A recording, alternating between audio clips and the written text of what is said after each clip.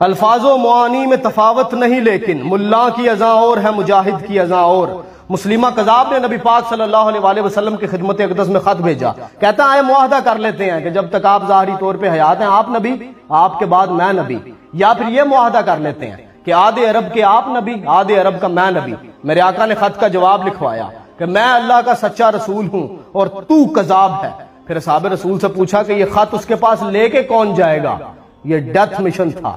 ایک صحابی وہاں پہ تشریف فرما تھے، حضرت حبیب بن زید رضی اللہ تعالیٰ عنہ، مالی طور پہ بھی کمزور تھے، جسمانی طور پہ بھی کمزور تھے، کھجوریں بیچتے تھے، وہاں پہ بیٹھے اس وقت کھجور کھا رہے تھے۔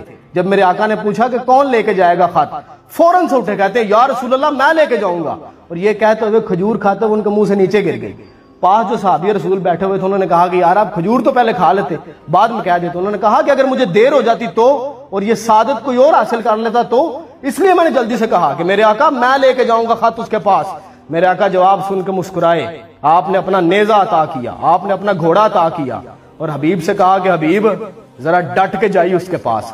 صحابی رسول کہتے ہیں کہ میرے آقا کا یہ فرمانا تھا کہ حبیب بن زید کے رنگ ڈھنگ بدل گئے، ایٹیٹیوڈ بدل گیا، مزاج بدل گیا، چال بدل گئی، ایسے جیسے کوئی جرنیل نکل رہا ہو، وہ ویسے نکلے وہاں سے۔ اتنے کسی بندے دے کول نوی گڈی آ جاوے، نواں موبائل آ جاوے، کسی نے نوے کپڑے پائے ہوں تے ایٹیٹیوڈ نہیں پھڑیا جاندا، حالانکہ ایک کوئی اچیومنٹ نہیں ہے گی۔ ذرا غور کریں اصحاب رسول کے بارے میں، امیجن کریں جن کی تلواروں کے دستے ٹوٹے ہوئے تھے پر انہوں نے 2 سپر طاقتوں کو گھٹنوں کے بل گرا دیا۔ امیجن کریں ذرا ان کی ایٹیٹیوڈ کو۔ خالد ابن ولید یرموک کی جنگ میں کھڑے ہوئے ہیں، اپنے سے کئی گنا بڑی فوج جو آہن، خرد، زرہ بختر، آرمڈ پہن کے کھڑی ہوئی ہے، اور خالد ابن ولید اتنی بڑی فوج کو دیکھ کے مسکرا رہے ہیں اور فرماتے ہیں کہ اگر کبھی ایسا ہوتا کہ میرے گھوڑے کے سم پرانے نہ ہوئے ہوتے، رومی سے دگنی فوج لے آتے، میں دیکھ لیتا انہیں۔ کبھی جو میری آنکھ ذرا اوجھل ہوتی ہے، میں عرب امامے اپنے سامنے لہراتے ہوئے دیکھتا ہوں، میرے رونگٹے کھڑے ہو جاتے ہیں۔ یار حضرت حبیب خط لے کے گئے اس کے دربار کے اندر، جاتے ہی غصے سے نیزہ زمین میں گاڑ دیا۔ اس نے آپ کی طرف دیکھا اور پوچھا کون ہے تم؟ آپ نے غرا کے کہا تجھے نہیں پتا ہم کون ہیں؟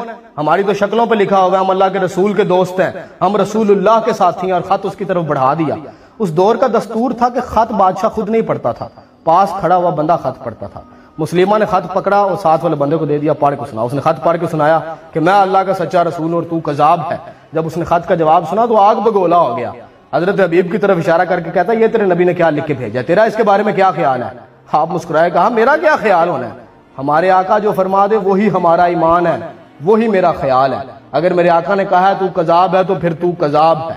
مزید اس کا غصہ ابھر کے آیا، اس نے کہا مڑ کے دیکھ، تجھے ڈر نہیں لگ رہا؟ تیرے پیچھے بندے کھڑے ہوئے ہیں، ننگی تلواریں لیے ہوئے ہیں۔ آپ نے فرمایا میرے 12 بچے ہیں، کچھ ایسے ہیں جنہوں نے ابھی دودھ پینا نہیں چھوڑا، کچھ ایسے ہیں جنہوں نے ابھی چلنا نہیں سیکھا۔ جب میرے آقا نے کہا تھا نا کہ تجھ تک خط کون لے کے آئے گا، میں نے کہا تھا میں لے کے آؤں گا، میں نے مڑ کے ان کی طرف نہیں دیکھا تھا، تو ان کی کیا اوقات ہے جن کو اب مڑ کے دیکھوں؟ جا جو ہوتا ہے کر لے، تو قذاب ہے۔ اگر میرے آقا نے کہہ دیا یہی میرا خیال ہے، اس نے تلوار سے وار کیا، حضرت حبیب کی ایک بازو تن سے جدا ہو گئی۔